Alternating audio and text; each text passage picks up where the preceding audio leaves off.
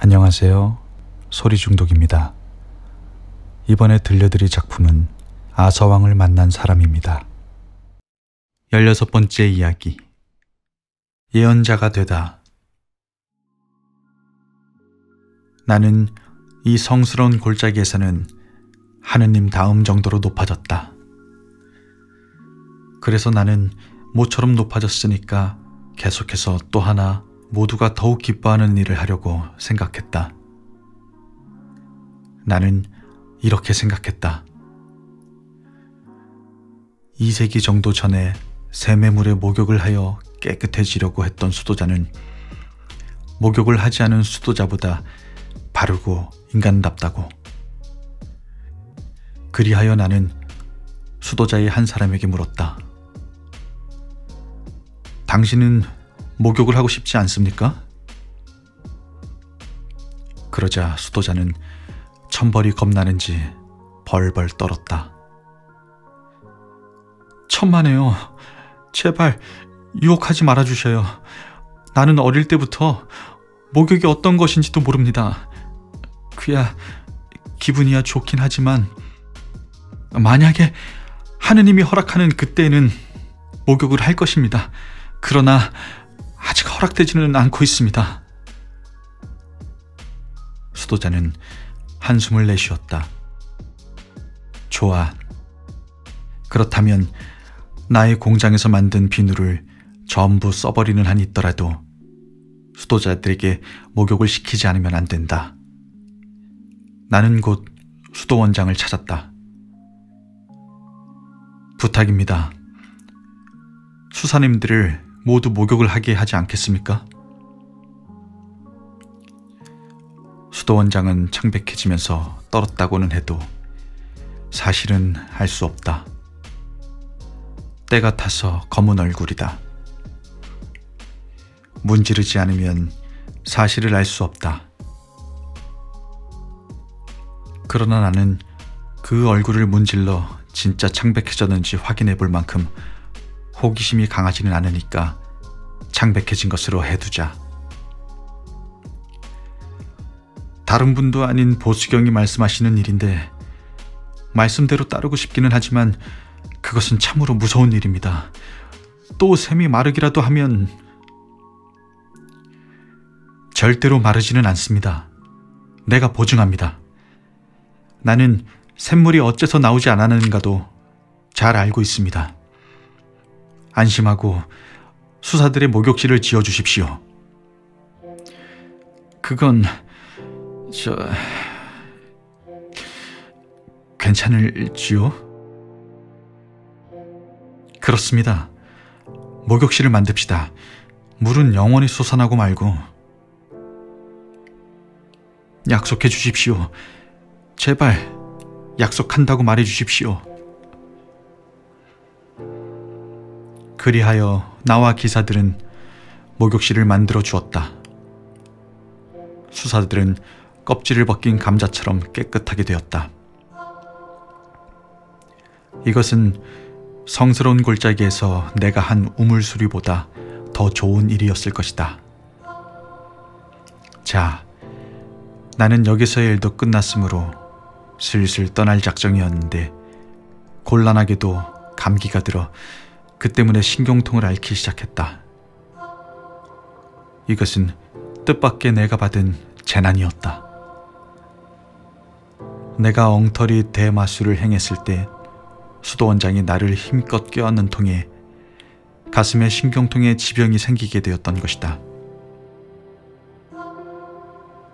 알리산더 공주가 친절하게 간호를 해주었기 때문에 나는 이윽고 좋아졌으나 이번에는 알리산더 공주가 병을 앓게 되었다.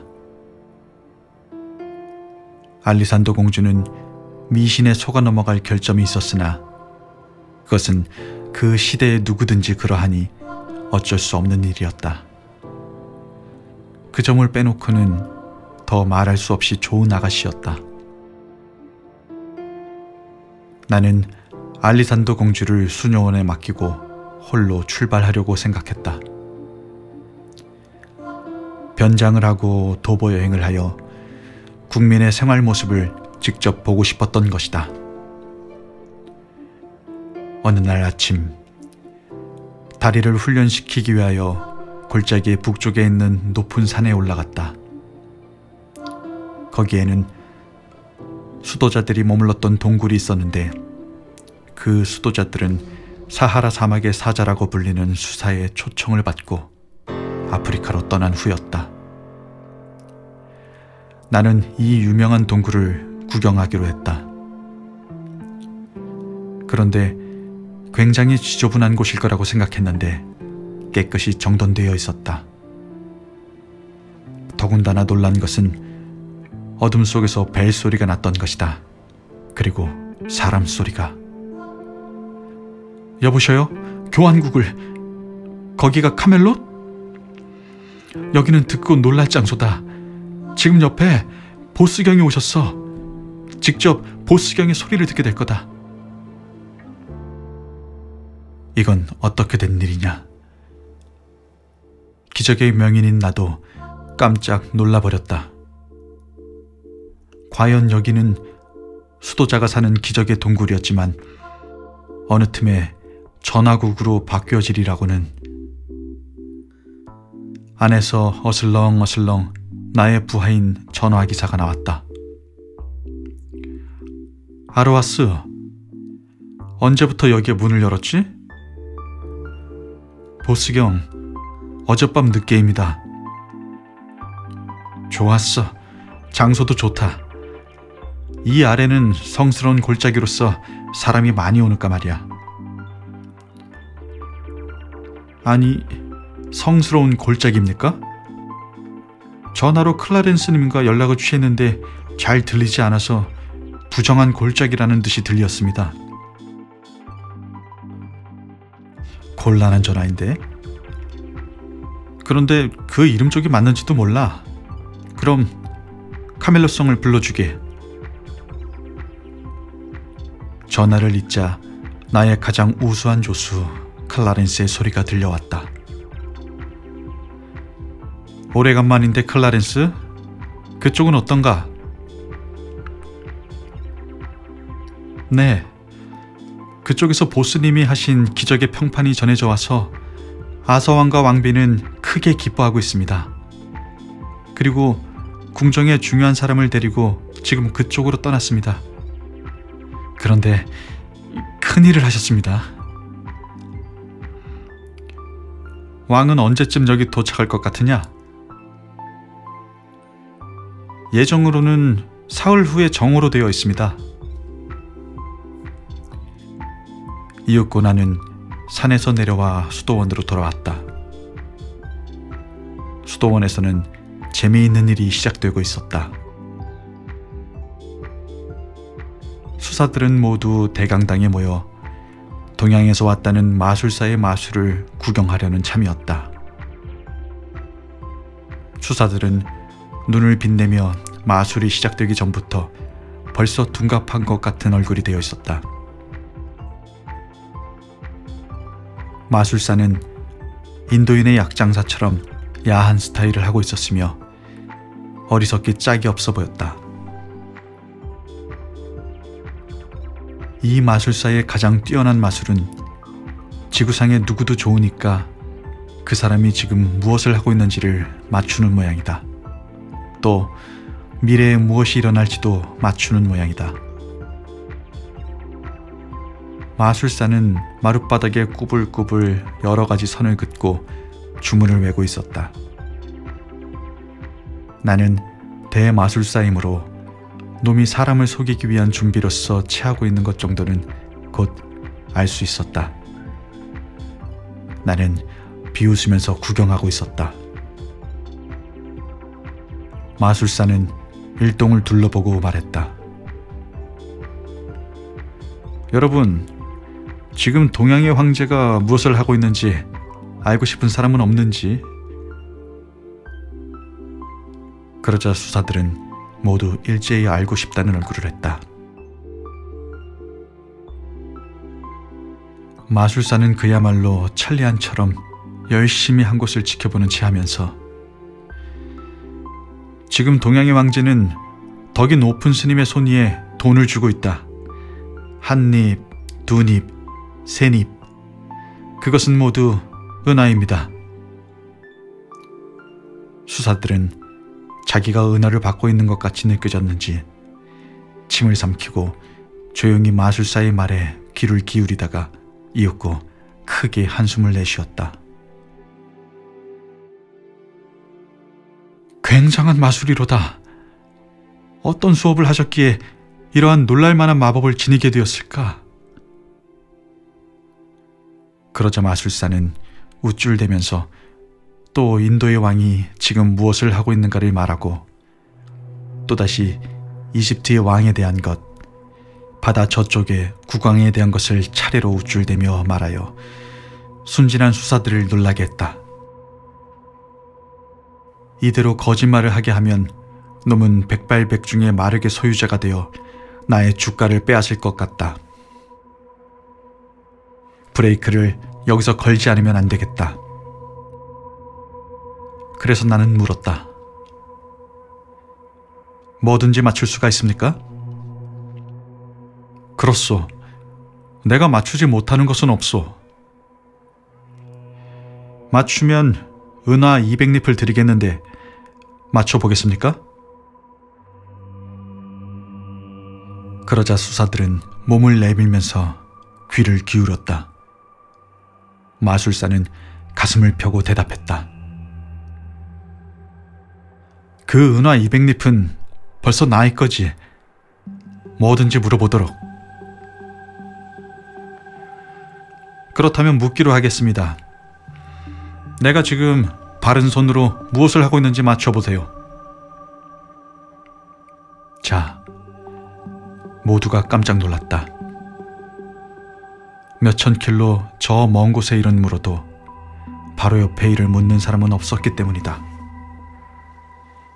마술사는 눈알을 빙빙 돌렸다. 당황해하고 있다. 나는 더 다가섰다. 자, 말해보시오. 먼 나라에서 생기고 있는 일은 그렇게 잘 알고 있으면서 눈앞 사람이 하고 있는 일은 알지 못한다고 말하는 것입니까?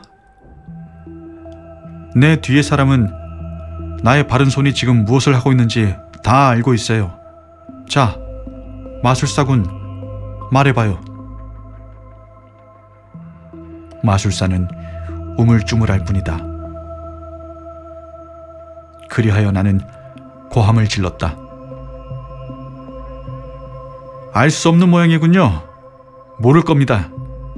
사기꾼인걸? 이 엉터리야. 그러자 마술사보다 수사들이 새파래졌다.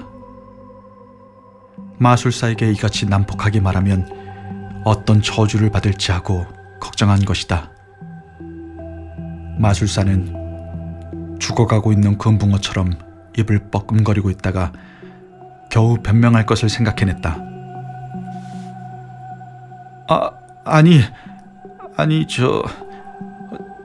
나는 신분이 높은 분, 즉 국왕이나 왕자의 일밖에 상대하지 않소.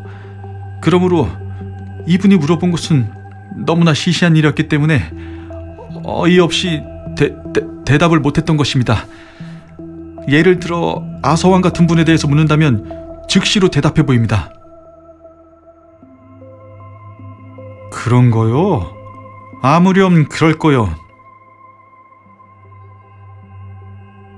수도원장도 당황하여 자꾸만 마술사의 기분을 맞추고 있었다.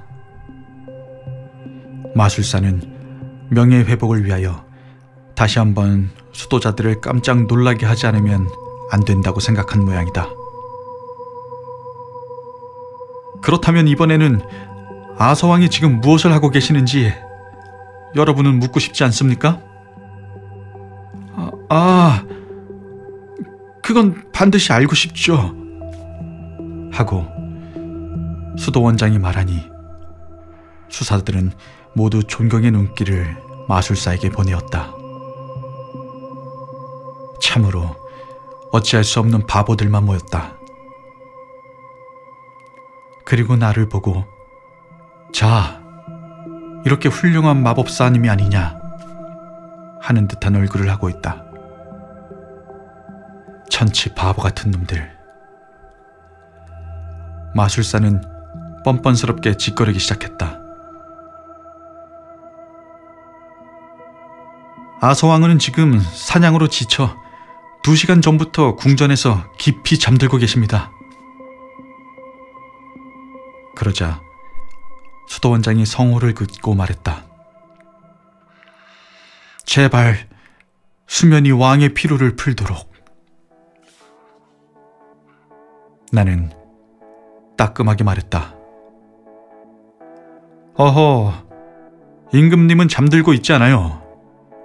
지금 말을 타고 여행 도중입니다. 모두 놀라 파도처럼 흔들렸다. 얼마든지 흔들려도 좋다. 정신없는 놈들. 마술사는 초조하게 나에게 말했다. 이젠 됐어. 나는 수많이 훌륭한 예언자나 마술사를 만났지만 그대같이 주문도 외지 않고 가만히 앉아서만 있으면서 맞추려고 하는 사람은 보지 못했어. 맞지 않을 것이 틀림없어.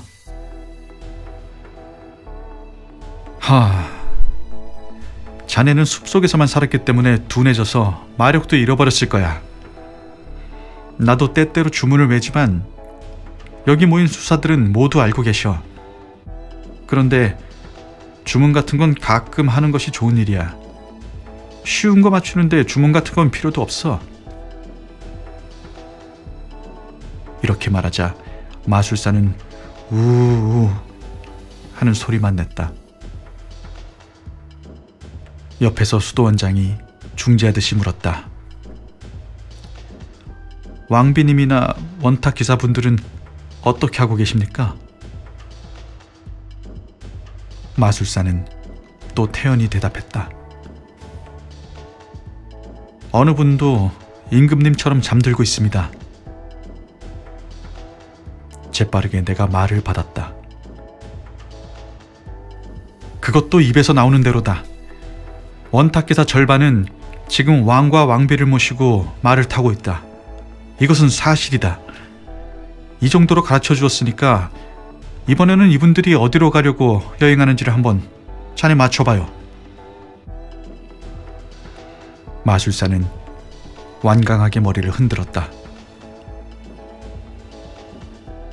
아니, 아까 내가 말한 대로 왕은 잠들어 계십니다. 내일부터 바다로 떠날 것이지만 그럼 이제부터 사흘째의 저녁 때에는 카멜로성에서 멀리 북쪽에 계신다. 야, 거짓말도 앵간히 해요. 이 날을 앞에 두고.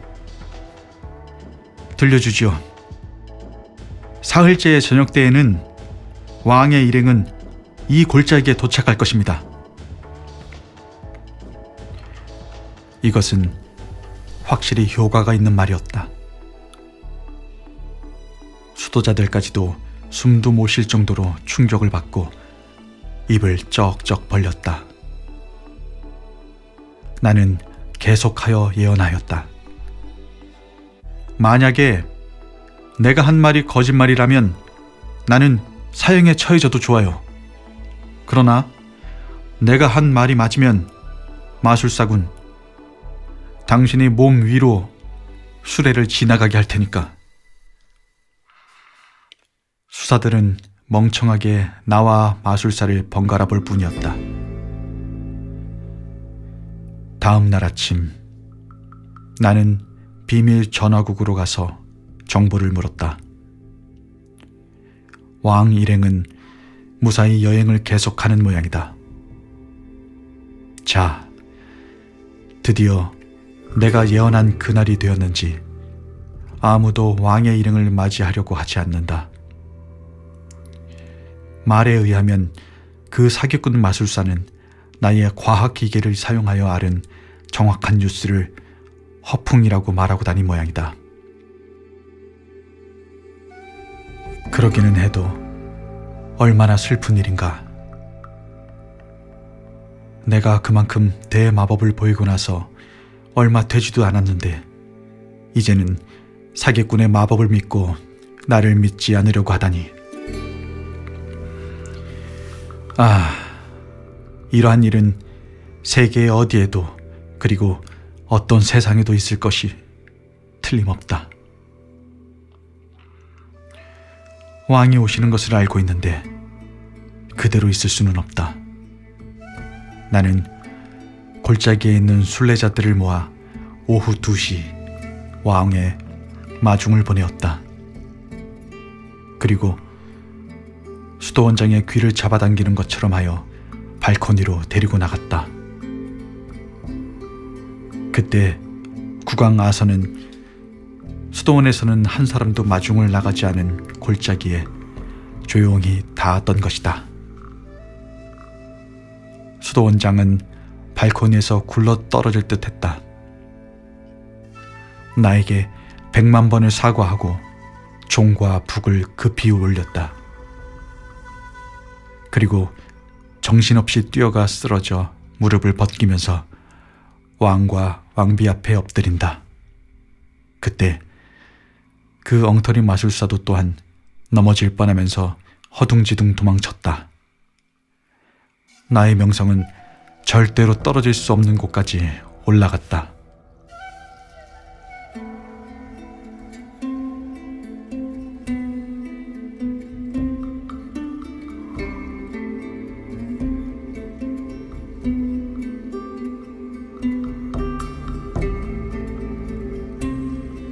지금까지 소리 중독이었습니다.